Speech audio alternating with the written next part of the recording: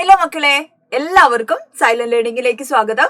അപ്പൊ കേരള പാഠാവലിയുടെ പരീക്ഷ അല്ലെ, നമ്മുടെ SSLC പരീക്ഷ ഇങ്ങ് അടുത്തെത്തിയിരിക്കുകയാണ്. ക്രിസ്മസ് പരീക്ഷ നമുക്ക് തകർക്കണം അല്ലെ, തകർത്ത് നമുക്ക് എഴുതേണ്ടതുണ്ട്. അപ്പൊ കേരള പാഠാവലിയിൽ കുറെ വിഷമുള്ള പാഠമുണ്ട് എന്നൊക്കെ മക്കൾ കഴിഞ്ഞ വീഡിയോന്റെ താഴെയൊക്കെ കമന്റ് ഇട്ടതൊക്കെ കണ്ടു. അപ്പൊ അതൊക്കെ പരിഗണിച്ചിട്ടാണ് ഇന്ന് അക്കർമാശി എന്ന പാഠഭാഗമായിട്ടാണ് അല്ലെ, എന്താണ് അക്കർമാശി അല്ലെ, എന്തൊക്കെയാണ് ചോദ്യം വരിക, അതൊന്നും നിങ്ങളെ പരിചയപ്പെടുത്താനാണ് ടീച്ചർ ഈ വീഡിയോ ആയിട്ട് വന്നിരിക്കുന്നത്. അപ്പൊ നമുക്ക് എന്തൊക്കെയാണ് ക്രിസ്മസ് പരീക്ഷയ്ക്ക് പഠിക്കേണ്ടത്, ഏതൊക്കെയാണ് പ്രധാനപ്പെട്ട പാഠഭാഗങ്ങൾ, അതൊക്കെ നമുക്കൊന്ന് നോക്കാം. ഓക്കെ, അപ്പൊ സംഘർഷണങ്ങൾ, സങ്കീർത്തനങ്ങൾ എന്ന് പറയുന്ന യൂണിറ്റ് ഉണ്ട്. അതിൽ പ്രലോഭനം എന്ന് പറയുന്ന പാഠഭാഗം, യുദ്ധത്തിന്റെ പരിണാമം, ആത്മാവിന്റെ വെളിപ്പാടുകൾ അല്ലെ, ഈ 3 പാഠഭാഗങ്ങളുണ്ട്. അപ്പൊ ഈ പ്രലോഭനമൊക്കെ ഓൾറെഡി ടീച്ചർ എന്ത് ചെയ്തിട്ടുണ്ട്, വീഡിയോ ഒക്കെ നിങ്ങൾക്ക് തന്നിട്ടുണ്ട് അല്ലെ, എന്താണ് പ്രലോഭനം എന്നൊക്കെ വളരെ ഡീറ്റെയിൽ ആയിട്ട് പറഞ്ഞു തന്നിട്ടുണ്ട്.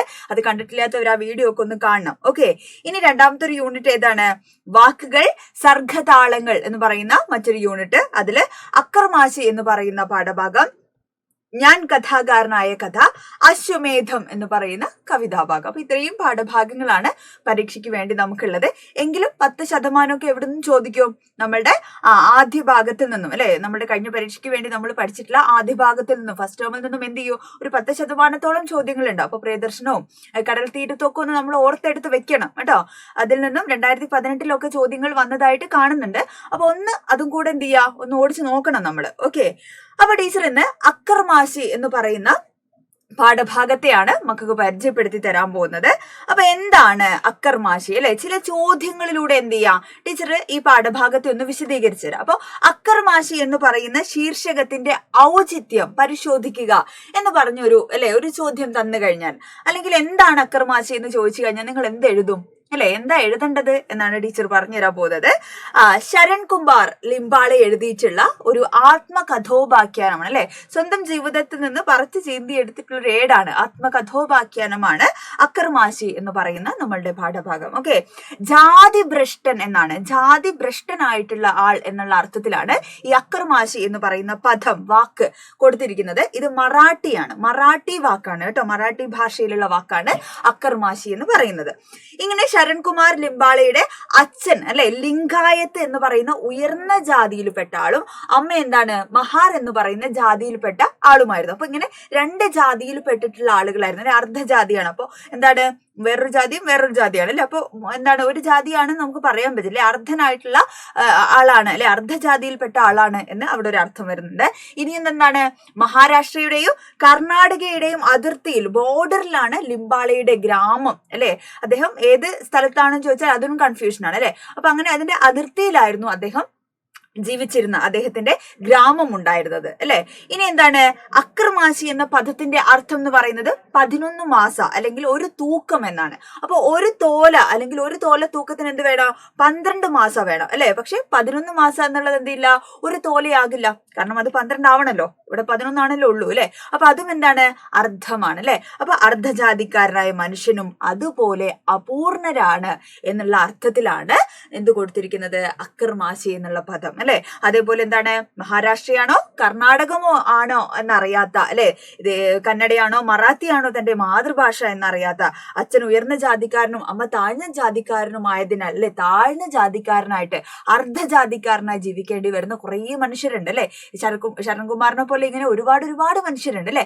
അപ്പൊ അവരുടെ ഭാഷയും ജാതിയും ദേശവും വ്യക്തിത്വവും ഒക്കെ എങ്ങനെ നിലനിൽക്കുന്നു, അർദ്ധമായിട്ട് അല്ലെ നിലനിൽക്കുന്നതാണ്. അപ്പൊ ആ ഒരു അപൂർണതയെ കാണിക്കുന്ന അല്ലെ, അവരനുഭവിച്ച ജീവിതങ്ങളെ, അവർ കടന്നു വന്ന പ്രയാസങ്ങളെ, പ്രതിസന്ധികളെ ഒക്കെയാണ് ഈ ഒരു പാഠഭാഗത്തിലൂടെ നമ്മൾ പഠിക്കാൻ പോകുന്നത്. ഓക്കെ, അപ്പോ ഇനി ഒരു ചോദ്യം എന്താണ്, ചബർകാവ് വിദ്യാലയത്തിലെ ലിംബാളയുടെ അനുഭവങ്ങൾ എന്തൊക്കെയാണ് അല്ലെ. അപ്പൊ ഇങ്ങനെ ഒരു ചോദ്യം 2 മാർക്കിനൊക്കെ ചോദിച്ചു കഴിഞ്ഞാലോ, അങ്ങനെ ബോർഡിങ്ങില് ഒന്നിച്ചുള്ള താമസവും പഠനവും ഒക്കെയാണ് അല്ലെ. അപ്പൊ ഈ പഠനമൊക്കെ എന്ത് ചെയ്യാണ്, ലിംബാളയുടെ ജീവിതത്തിൽ ഒരുപാട് മാറ്റങ്ങൾ അല്ലെ, ശീലത്തിലും പഠനത്തിലും ഒക്കെ മാറ്റങ്ങൾ വരുത്തുന്നു അല്ലെ. സമാന സാഹചര്യത്തിൽ നിന്നും വരുന്ന മറ്റു കുട്ടികളുമായിട്ട് അല്ലെ, ദളിത് കുട്ടികളുമായിട്ട് സഹവസിക്കാൻ അല്ലെ, അവരുടെ പ്രശ്നങ്ങൾ അറിയാനൊക്കെ എന്ത് ചെയ്യാണ്, ഈ സഹവാസം, ഒന്നിച്ചുള്ള താമസം അയാളെ ഹെൽപ്പ് ചെയ്യാണ്. വീട്ടിലെ പോലെ സ്വാതന്ത്ര്യമൊന്നും ഹോസ്റ്റൽ ഉണ്ടാവില്ല അല്ലെ, എങ്കിലും ബുദ്ധമതം സ്വാധീനം ചെലുത്തുന്ന ഒരു കാലഘട്ടത്തെ കുറിച്ചൊക്കെ എന്ത് ചെയ്യാൻ പറ്റുന്നുണ്ട്, നമുക്ക് അതിലൂടെ പഠിക്കാൻ പറ്റുന്നു. ഇനി എന്താണ്, ചപ്പ് ചവറുകൾക്ക് പകരം തൂക്കി നോക്കേണ്ടത് ഞങ്ങളുടെ വിശപ്പാണ് എന്ന് എനിക്ക് തോന്നി അല്ലെ. പാഠഭാഗത്തിലുള്ളൊരു വാക്യമാണ് അല്ലെ. അപ്പൊ എന്താ അതിന്റെ ആശയം എന്ന് പറയുന്നത്, നമ്മളെ സൊസൈറ്റിയുടെ അല്ലെ മെയിൻ സ്ട്രീമിൽ നിന്നും മുഖ്യധാരയിൽ നിന്നും മാറ്റി നിർത്തപ്പെട്ട അല്ലെ പാർശ്വവൽക്കരിക്കപ്പെട്ട ഒരു ജനസമൂഹത്തിന്റെ അല്ലെ ഒരു കഥയാണ്. വളരെ പരിതാപകരമായിട്ടുള്ള അല്ലെ അവർ ജീവിക്കുന്ന, അതായത് ഒരു തരത്തിലും എന്താണ് ജീവിതത്തിൽ മനുഷ്യരായി പോലും പരിഗണിക്കാത്ത കുറേയധികം മനുഷ്യരുടെ കഥയാണ് നമ്മള് ശരൺകുമാർ ലിംബാളയുടെ ജീവിതത്തിലൂടെ നമ്മൾ പഠിക്കുന്നത് അല്ലെ. അപ്പൊ പശുക്കളുടെ ചാണകത്തിൽ നിന്നും എന്ത് ചെയ്യുന്നുണ്ട്, ജോവൽ ധാന്യം അല്ലെ, അത് അത്ര ആലോചിച്ച് നോക്കി. നിങ്ങൾ ആ പാഠഭാഗം നിങ്ങൾ വായിച്ചല്ലേ അല്ലെ. അപ്പൊ ധാന്യം കിട്ടണമെങ്കിൽ എന്തെങ്കിലും പശു കഴിച്ചിട്ട് അതിന്റെ ചാണകത്തിൽ നിന്നും അത് പെറുക്കിയെടുത്ത് കഴുകി അല്ലെ എന്ത് ഇട്ടുണ്ടായിരുന്നു, ബാക്രി എന്ന് പറയുന്ന ഭക്ഷണം കഴിച്ച് വിശപ്പടക്കുന്ന ഒരു കൂട്ടം മനുഷ്യരാണ് അല്ലെ.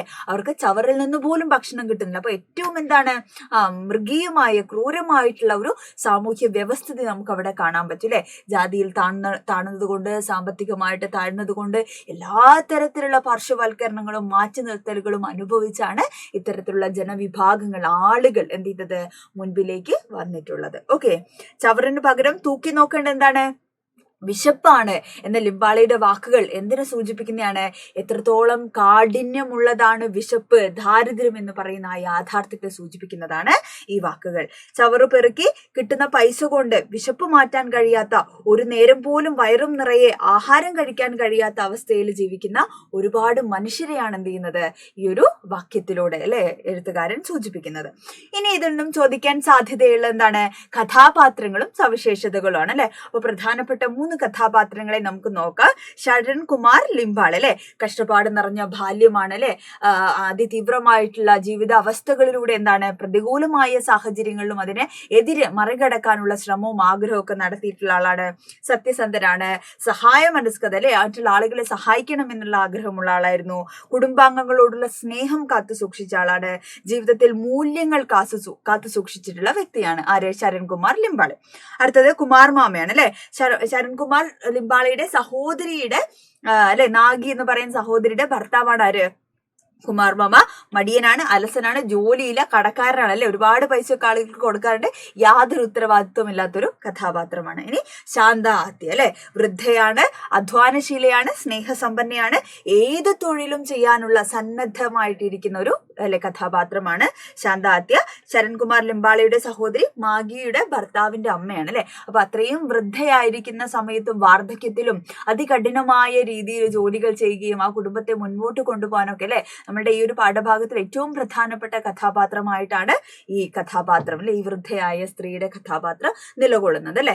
അപ്പോൾ ഇത്രയുമാണ് അക്രമാശി എന്ന് പറയുന്ന ഒരു കഥയുടെ ഒരു ആകത്തുക. എന്താണെന്ന് ചോദിച്ചാൽ നമുക്ക് ഇങ്ങനെ പറയാം, ഇതൊന്നുമല്ല, ഇതൊക്കെ വളരെ ഡീറ്റെയിൽ ആയിട്ട് അല്ലെ, ഓരോ വാക്കുകളും ഓരോ ചോദ്യങ്ങളും വളരെ കൃത്യമായ രീതിയിൽ മക്കൾക്ക് പറഞ്ഞുതരാൻ വേണ്ടിയിട്ട് എന്ത് ചെയ്യുന്നുണ്ട്, ടീച്ചറും ഉണ്ടാവും, അതേപോലെ തന്നെ പ്രീതി ടീച്ചറും ഉണ്ടാവും. ഞങ്ങൾ 2 പേരും കൂടെ വന്നിട്ട് അല്ലെ മെഗാ മാരത്തോൺ ലൈവിൽ ഒരു ഉഷാറാക്കി ഉത്സവമാക്കിയിട്ട് നമുക്ക് എല്ലാ പാഠങ്ങളും നമുക്ക് പഠിക്കേണ്ടതുണ്ട്. അപ്പൊ ഈ വീഡിയോ നിങ്ങളുടെ ഫ്രണ്ട്സിലൊക്കെ നിങ്ങൾ ഷെയർ ചെയ്ത് കൊടുക്കണം കേട്ടോ, എല്ലാ ആളുകൾക്കും ഉപകാരപ്പെടട്ടെ അല്ലെ.